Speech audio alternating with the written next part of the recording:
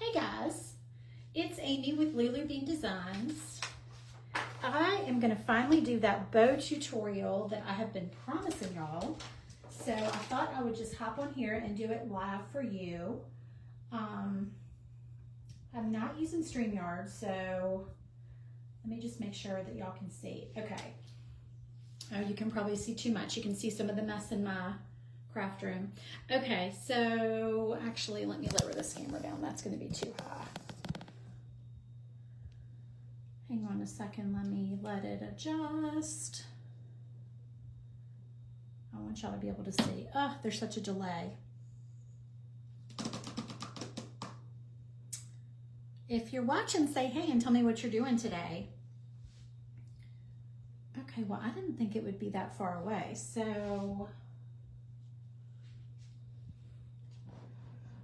honestly, y'all, I swear I wonder how other people do this, because I love StreamYard, but StreamYard and I have to break up because they just went up to $300 a month, and that is just insane. Okay, I don't know why y'all look so far away on the camera, because my phone is literally right on top of my workspace here. So we're gonna see about this. All right, hopefully this will work. We're gonna use the Bowdabra to make this bow. So if you're wondering, if you're wondering what bow we're making, I am gonna make a version of this bow. This was our free file for February. We have a new free file for March. You can go to my website at lulubeandesigns.com and click freebies at the top if you want the monthly free file. But this was the one for last month. If you do want this file or blank kit, they are in my Etsy shop now, but they're not free anymore because that was just for February. Okay, but I had a zillion people asking me to make this bow. And I'm gonna be honest with y'all. That bow is a Photoshop bow, okay? Nobody made that bow, but it's so easy to make. So I'm like, okay, well, I'll make a bow that looks like that for y'all just so y'all can see how to do it. But it's honestly a super basic bow. So I'm gonna do it using my Bowdabra, because that is how I usually make my bows. I've got a zip tie in here that I'm just putting down in the little slot. And then I've got several Easter spring colored ribbons that I'm going to use. So I'm going to start with the widest ribbon.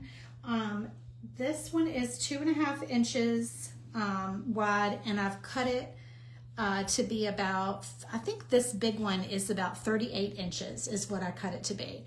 So this one's a little bit longer than the others. This one's 38 inches, and then I've cut a few more. So there's this pink, and then this one, and then this cute bunny one. They're all wired. I always make my my bows with wired ribbon.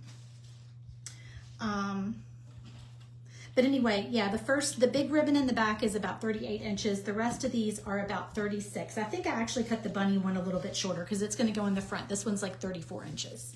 Okay, so all we do is we are going to loop these like this.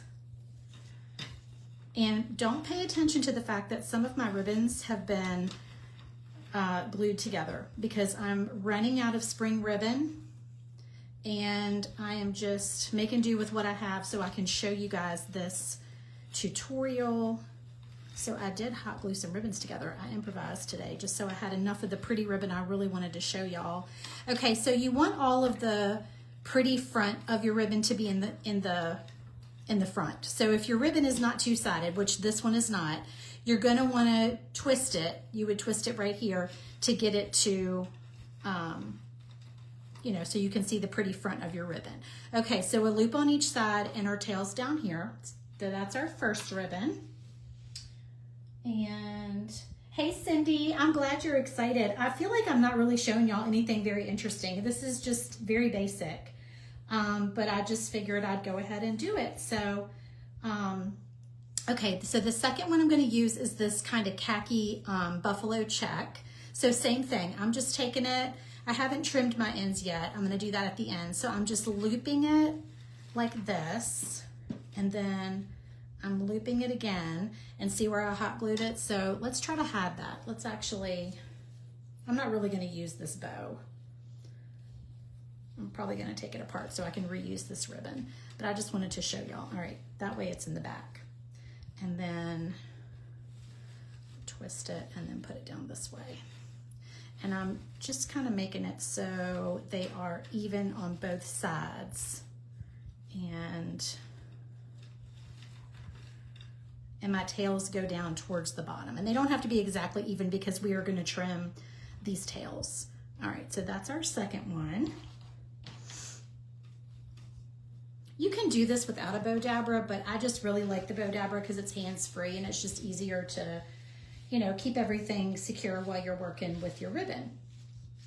All right, let's see. This one, same thing. I'm just looping it, and I'm gonna put it like this. And then I don't know that I really need to twist this one. They're not double-sided, but they're almost the same on the back, but I'm gonna twist them anyway, just so it looks prettier on the front. There's just a very subtle difference. All right, I'm sorry, I'm trying to adjust the length as I go here.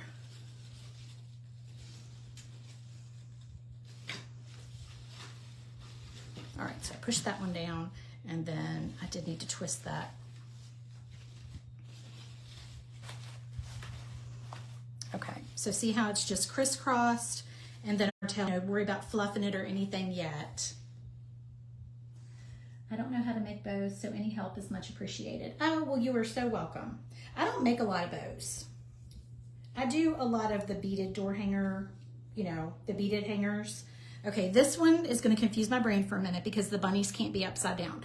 So bear with me while I make sure that my bunnies are not going to be upside down. Okay, so let's see, but we need to twist that because we want our tail. Well, the tails are going to be upside down. I don't want the loops upside down, is what I don't want. Here, let's do this. Let's go like this, and that way our loops will both be right side up, and then we'll twist our tails like that, and then we'll twist the tails. And that one is a little shorter, but I think I'm going to cut the ends of this anyway because this is the front one, so this one's going to be a little shorter. And you can do as many ribbons as you want. You could add some more to these. Sometimes I take just plain burlap and I put it in the back. But anyway, that's the last ribbon. Okay, so now we have it all sitting in our Bowdabra, and then I'm just gonna take our zip tie and lift it off of there. Pull the pieces up. It would help if my zip tie were a little bit longer, but it's a short one. All right, we're done with the Bowdabra. And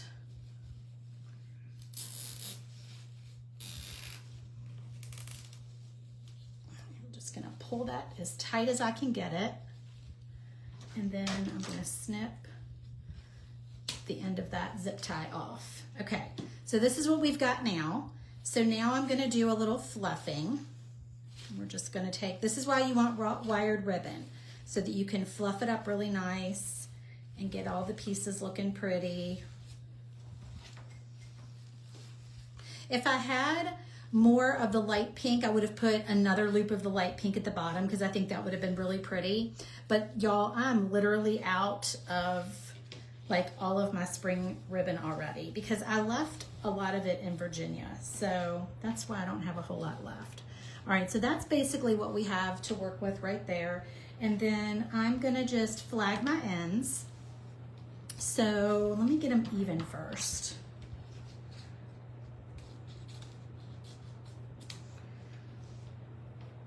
All right, these, the bunny ones, I'm just gonna cut at an angle. I like to do that with my smaller ribbon. I don't flag the ends of my smaller ribbon.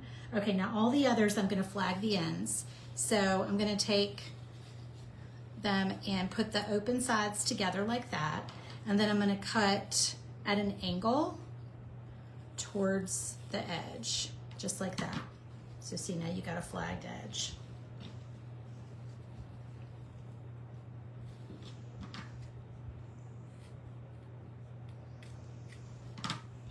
Make sure you have nice, sharp ribbon scissors.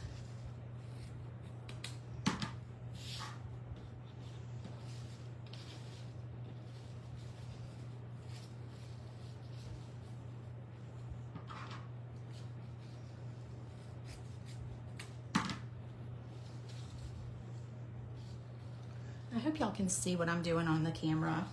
It's really hard for me without the StreamYard double camera. I really love that feature, but I'm just not gonna pay $300 a month for that. I think that's gotten just outrageous. When I first started doing it, it was like, I wanna say it was like $75 a month or something like that. Okay, so obviously we don't want the zip tie to show in the middle. Normally what I do is I just take an extra piece of ribbon, just like a short piece, and I wrap it around like this, and I just turn it over and I just hot glue it. That's all I do. And I staple my bows to my door hangers. If I do a bow on a door hanger, I typically use a staple gun. And I did have someone say, but the staple pops through the back. Okay, so my solution to that, and I'll show you what I do. Let me find a door hanger to show y'all on.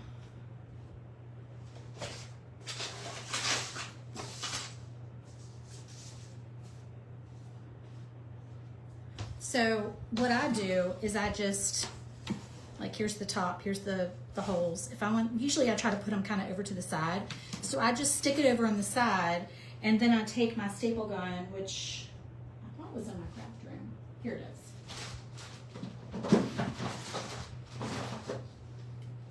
And I reach under, can y'all see that?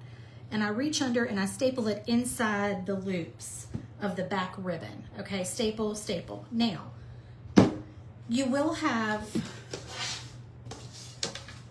it showing through on the back because this is 1/4 inch wood, but as we all know, 1/4 inch wood is not truly 1/4 inch. It's kind of like when you go to Home Depot or Lowe's and you buy a 2x4.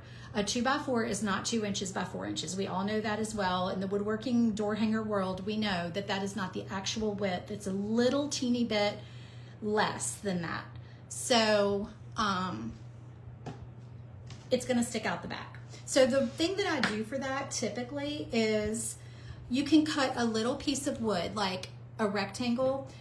One good idea to use is if you cut a little rectangle the same size as your business card. If you have business cards for your business, cut a rectangle the size of your business card and put it on the back with your business card stuck to it, and let the staples hit the little rectangle, and then they won't poke out, and then you can attach your business card to that little rectangle. So just measure whatever the average, I can't think of what the average like size of a business card is, but whatever that is, cut a rectangle out that size and then just like hot glue it to the back of your door hanger, or wood glue, or whatever kind of glue you use.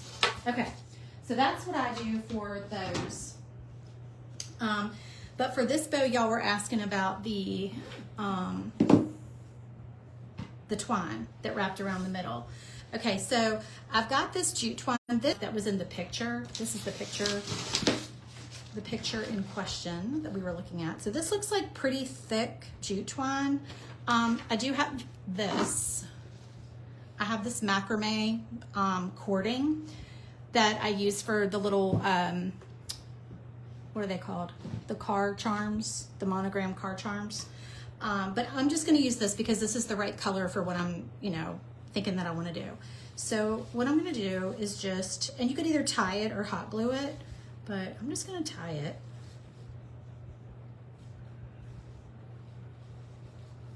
Just in a double knot.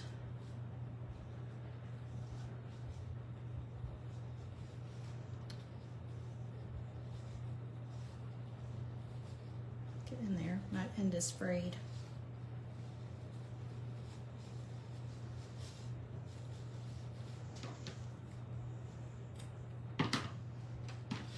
And then we're just gonna wrap it around a bunch of times.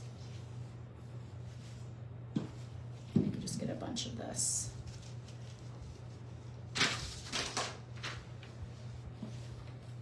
So yeah, we're just gonna wrap it around until it covers up that, that zip tie. And then I'm gonna just put some hot glue back there.